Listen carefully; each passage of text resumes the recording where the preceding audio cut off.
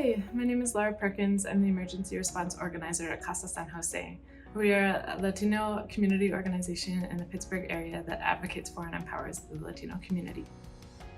We have service providers, social service providers, we have caseworkers, we have a youth program, and we have community organizers on staff. In the next year, we want to see two things in this area. We want to see language access, which means that police officers use interpreters when they're needed. And we want to see all law enforcement cease collaboration with immigrations and customs enforcement. Thank you.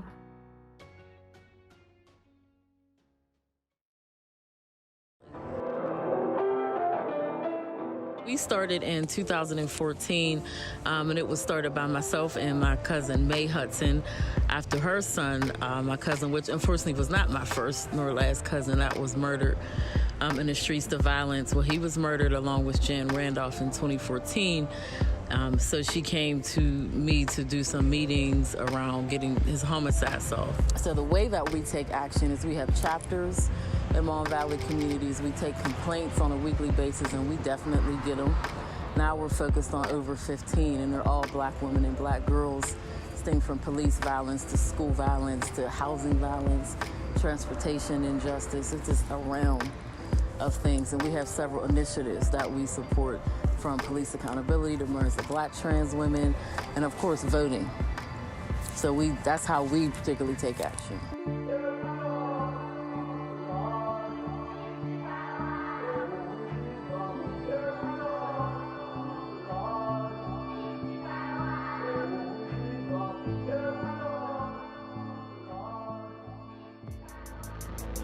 Who we vote in, whether it be the president down to the mayor of your city, your vote represents who you put your voice and your values to.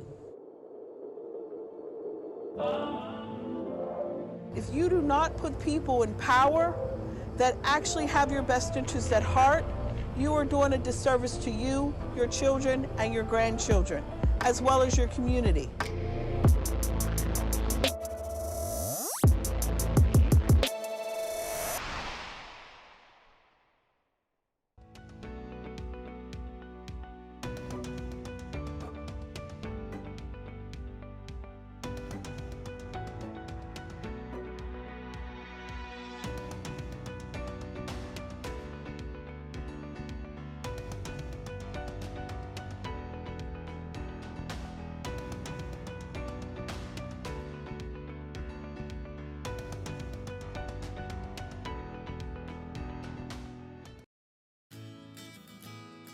Hi, my name is Vicki Sarafman. I'm the project manager at a local nonprofit for a program called Mom's Turn. I'm part of a larger nonprofit called A Child's Place Pennsylvania. A Child's Place Pennsylvania has the mission of addressing child abuse and neglect.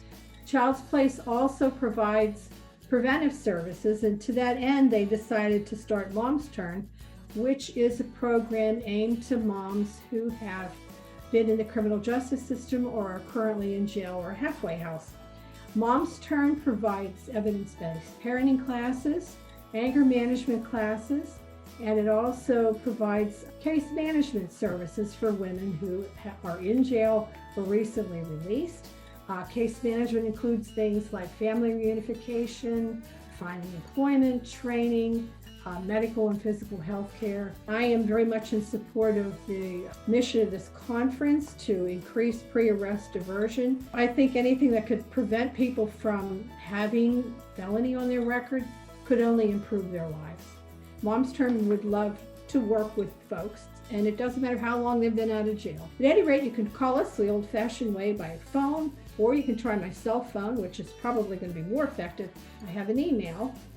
It's a long one. Probably easier to call me. Thank you again, and I appreciate you taking the time to hear about us.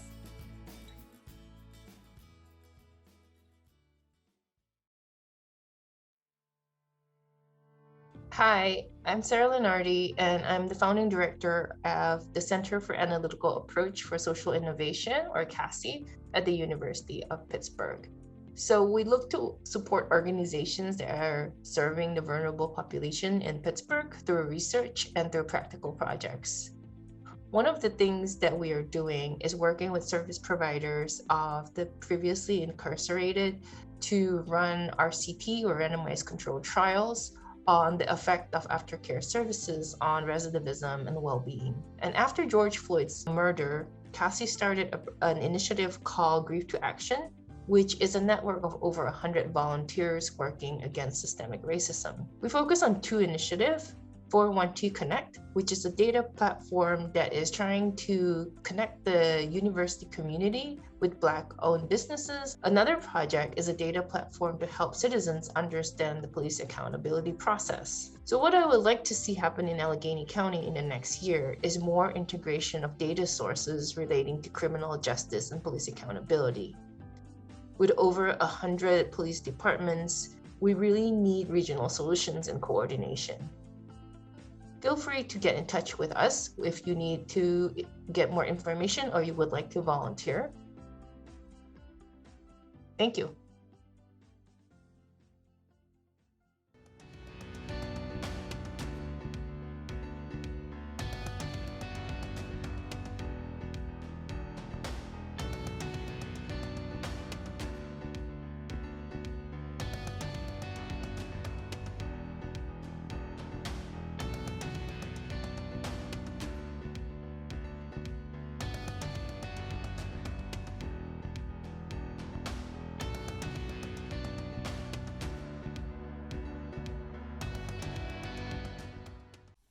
Hello, my name is Tessa Watkins, and I'm a steering committee member of M.O.R.E, Mount Lebanon Organization for Racial Equity.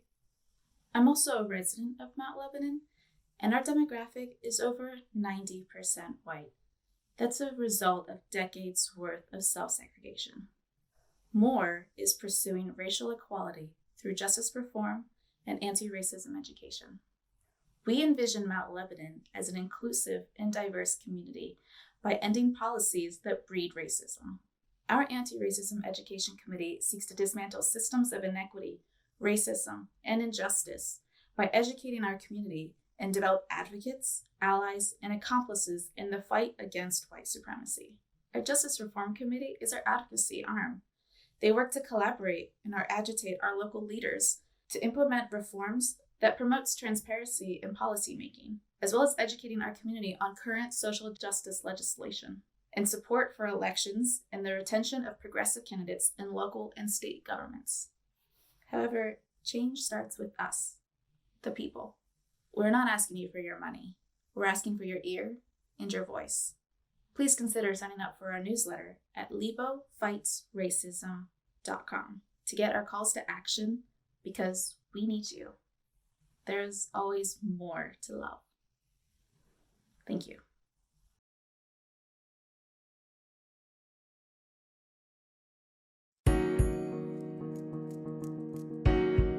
The mission of the House of Life is to create an environment for men coming out of prison that gives them a much better chance of making it and being a real member of society.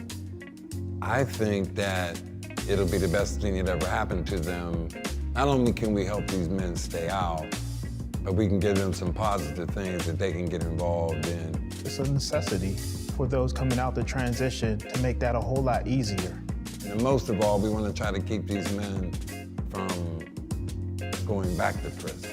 And we think that we have some vast knowledge on some ways that we can help them on staying out and then being able to enter into society. So we want to create this House of Life so that we can surround guys with that kind of support. The House of Life would be so much more than what we think of when we think of things like halfway houses or three-quarter houses. House of Life would instead be sort of a wraparound service where people could get all kinds of things that would help someone reintegrate themselves back into society after being released. It's important to support programs like the House of Life because it gives individuals an opportunity to make decisions on what successful programming is about. Keeping people in prison for the rest of their lives is not a solution. It's a drain on resources, it's a drain on taxpayer dollars, it's a drain on emotions. If our goal is to truly rehabilitate people, then we need to start working on projects that actually do that. I saw too many guys start falling by the wayside. Again, you know, I was blessed. I got home and there was people that were holding on to me and taking me to meetings, but very few guys have that opportunity. Very few guys have the family and the friends that I had coming up. This is the House of Light.